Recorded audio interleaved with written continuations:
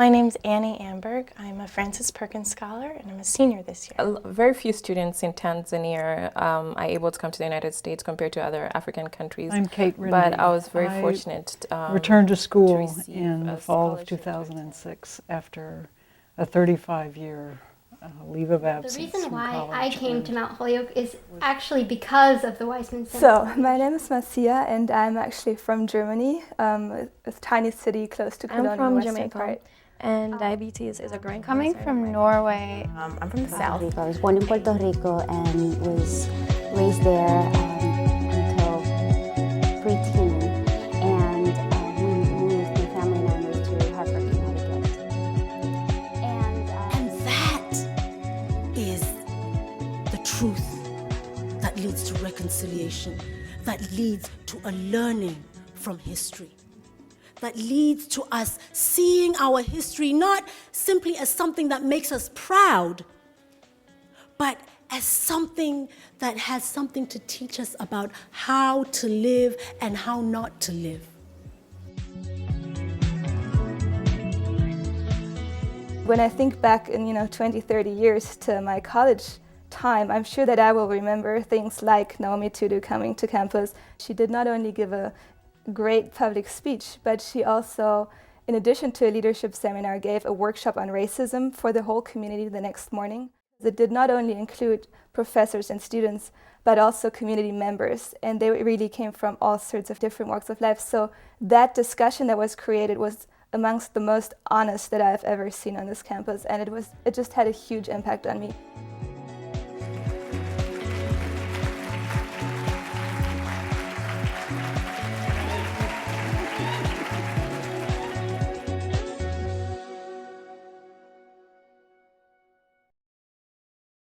I remember many conversations with Lois Brown, but I remember one of the first. I saw her at Blanchard, and I actually was quite shy. And Lois, in her astute way, I think picked up on that and managed to find a way to sit down with me. And in just a few sentences, Lois, I think, communicated much of what the Weissman Center is about in many ways, which is, what do you dream of, Kate? What do you think about? What do you wish to be and do in your life? You come here and there's this dynamic of everybody else is just as strong as you. It's sort of intimidating. And what I really appreciate about the Weissman Center is that the emphasis is constantly on your personal development and how you have the tools to make a difference and to achieve your goals. And they're here to help you bring out the best in you. I have been a leader in existing organizations and in existing structures, but what the Weissman Center really did support was being the change that, as Gandhi so nicely said, be the change you want to be. And that's exactly what the Weissman Center does support. You have an idea, you have a vision, and the Weissman Center will help you to actually make that become a reality.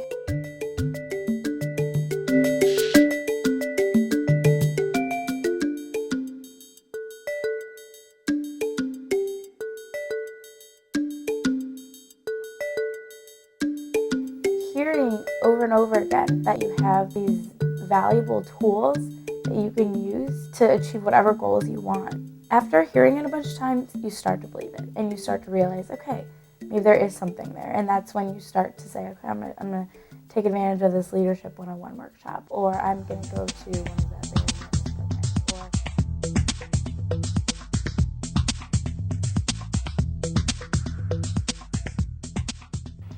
I'm from Jamaica, where diabetes is a growing concern, so I'm interested in researching this area. The Weissman Center grant allowed me to attend a biomedical conference. Before I went, I was enclosed in a box, so it just opened up a wider world to me that there are more opportunities out there. Because I heard about things that I've never heard of before, things that I can't even pronounce right now. So I think this grant can enable women to step out of their shells, step out of themselves, and see the bigger picture. That it's not just about you, but there's a whole community out there. A Weissman Center grant for students provides a real vote of confidence. It's a way for them to be recognized not only for the potential of their project, but for the bold and ambitious nature of their ideas.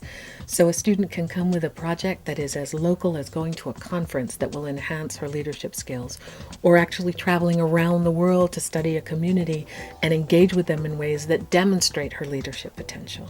So students get a vote of confidence, they get funding that supports their leadership development, and they also get the invitation from us to come back and share with our larger Mount Holyoke community the ways in which they have both grown and reflected on their own leadership.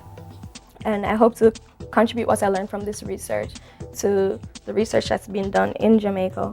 And I hope to possibly find a cure for diabetes, even though it's very ambitious. And in one class in particular, we were each asked to speak before the class. And we had a SAW mentor in the class who was working with each of us to improve our speaking skills. And by the end of that class, I watched these young women, some of whom in the beginning of the class said, I don't know, we said to one another, I don't know if I can stand up before you and speak.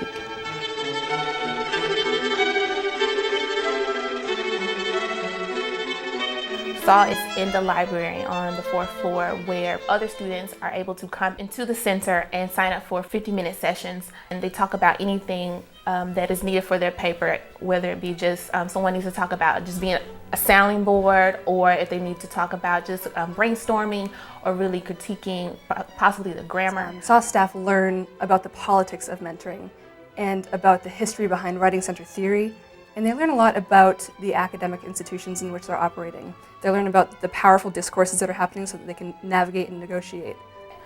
You know, arguing, we're always trying to figure out the arguing component within SAW, but we've kind of started the wheel in saying that arguing is more about progress instead of winning. The Speaking, Arguing, and Writing program is a pioneering program. When it was established in 1999, it was the first in the country to recognize the power of peer mentoring and attention to speaking and attention to writing. The notion of argument as well bridges those two, brings them together. And certainly in a conversation about leadership, we know that the ability to express one's ideas with confidence, to write persuasively, and to argue with passion has everything to do with transforming the world. And this one student I had, she was really nervous about getting up in front of an audience. And we worked on developing her ideas, and by the end of the session, she was really confident in what she wanted to say, but she was still really nervous. And I saw her in the dormitory the next day, and she was like, Mika, I did it, and it was so good, and I'm so excited about it. And everyone said how much they liked it, and they said how confident I seemed, and they said I didn't even look nervous at all. I didn't think that it would be such a life-changing experience, but it really was. And I continue telling students, go to SAW, because you will get the skills that you need and the confidence.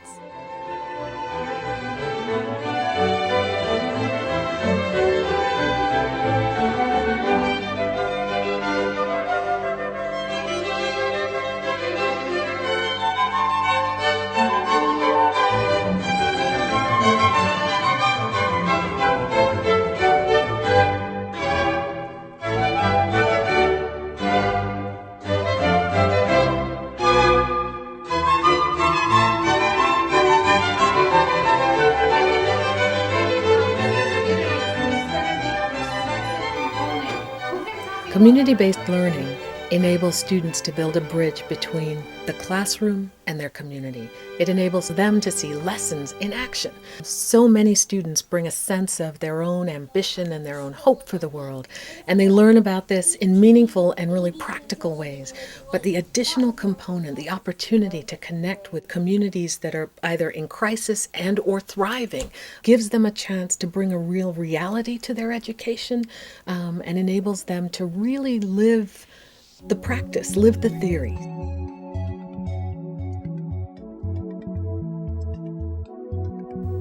Given that the Weissman Center intentionally has a community-based learning program where people can get out into the community and really see that what you're talking about in class is a problem out there. It's nothing that you can just walk away from a book, close the book, you're done.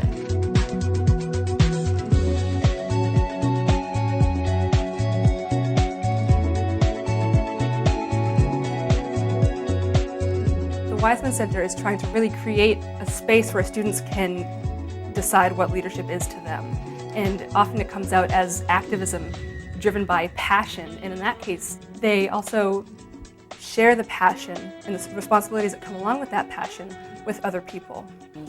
All of the students are amazing. They're strong, intelligent, articulate women who have this energy of leadership. And I've really learned how to take initiative. I've learned who to talk to, when to talk to them, how to get things done, how to set up a conference, how to have certain people do certain things, to sort of delegate tasks so I'm not stuck with doing all of it. So in that sense, it's been incredibly useful. I've learned skills that I guess I can't even put names to at this point. It really, once you start just contacting people, asking for grants, getting people together and getting people excited about something, then you just realize that the barriers that you might have had, they start to fall. What's really the powerful thing is the vision you have.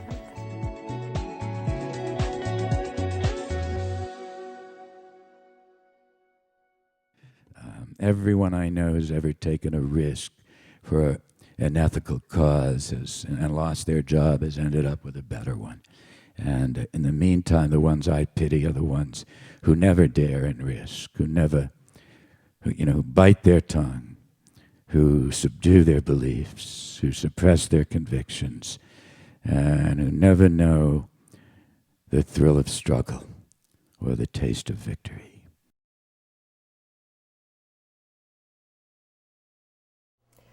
When Mary Lyon founded this college in 1837, she did so at a time when expectations for what it was that women could accomplish were so fraught and in some ways so narrow.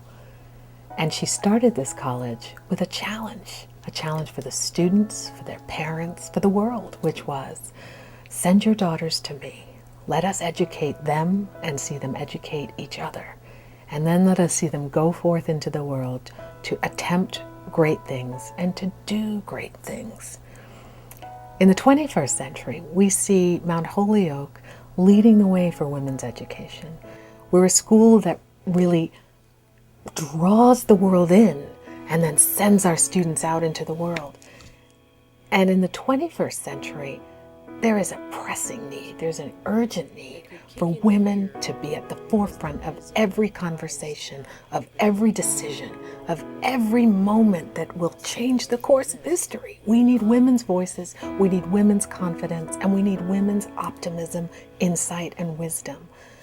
When we think about leadership, we can't separate it out from the liberal arts. Mary Lyon knew that in 1837. Harriet Weissman and Paul Weissman recognized that in 1999. And as we celebrate the 10th anniversary of this center, we recognize that wisdom and that forward thinking that has everything to do with not only motivating the students who are here now, but really calling the students who are yet to arrive.